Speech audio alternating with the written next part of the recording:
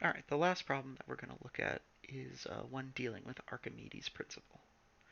The idea here is if you put a person's body underwater, it floats, and the reason for that is the density of the water is actually more than the density of the person.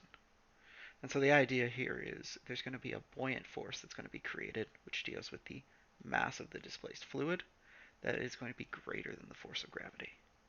Right, and so your goal here is, given you have this situation here, you might want to determine what would be the acceleration of the person's body. Now, it doesn't seem like you've been provided with a lot of information here, such as you have no idea how much this person actually weighs. You don't know what their mass is. But this is a problem that you can solve. One of the tricks to dealing with this is to recognize that anytime you have a mass, you can replace it with a density multiplied by a velocity. So what that means is for the person, we'll call this mp, all we need to do is take the density of the person multiplied by the volume of the person. I don't want to print here.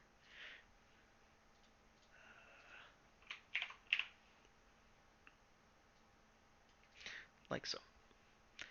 Likewise, for the displaced water, the mass of this displaced water can be found by taking the density of the water and multiplying it by the volume of the person. Because what we assume is if we put a person into water, they're going to displace a volume of water that is equal to their volume. Now, with this being said, we can find our two forces. So when we're dealing with our forces here, we're going to have a force of gravity, which is going to be equal to 0 in the x and negative the mass of the person.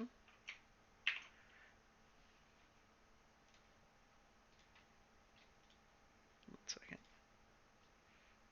Let's just restart that. So our force of gravity here is going to be equal to the mass of the person multiplied by the acceleration due to gravity. Like so. Likewise, for our buoyant force,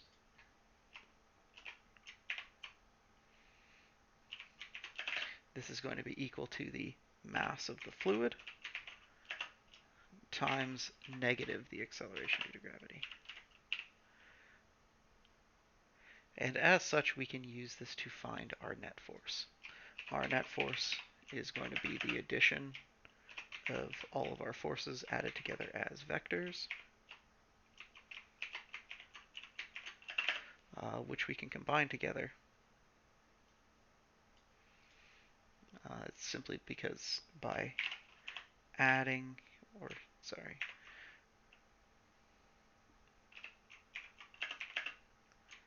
subtracting the two masses because they're in opposite directions, and then multiplying that by 0, 9.8. Now, what we're asked to find is the acceleration of this body. So what we can do here is with this, we can replace our net force with the mass of the person times the acceleration of the person, and have this equal to this same thing on the right-hand side here. Now, how this helps you actually figure out what the acceleration of the person is we can do a little bit of algebra here. What we can do here is we can take the mass of the person and the mass of the water. One second.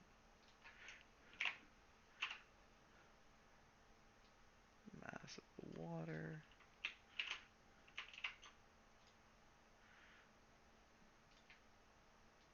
I got the wrong subscript.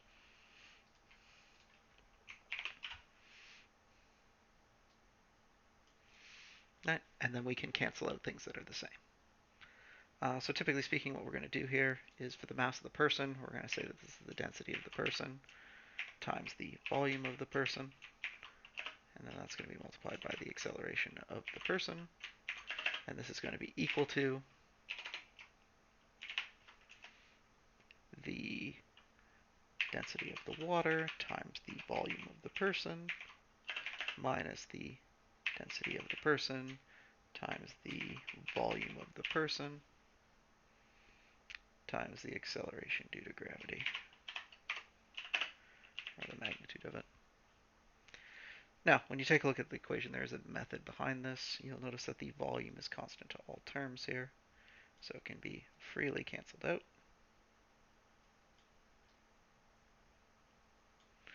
And you can solve for the acceleration of the person by just dividing both sides by the density of the person.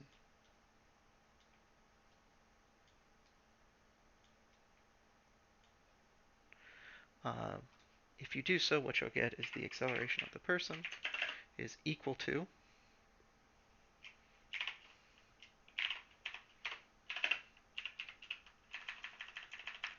the density of the water divided by the density of the person minus 1.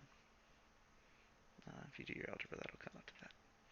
Now, with this being said, now that we have this, we can literally just plug in our densities.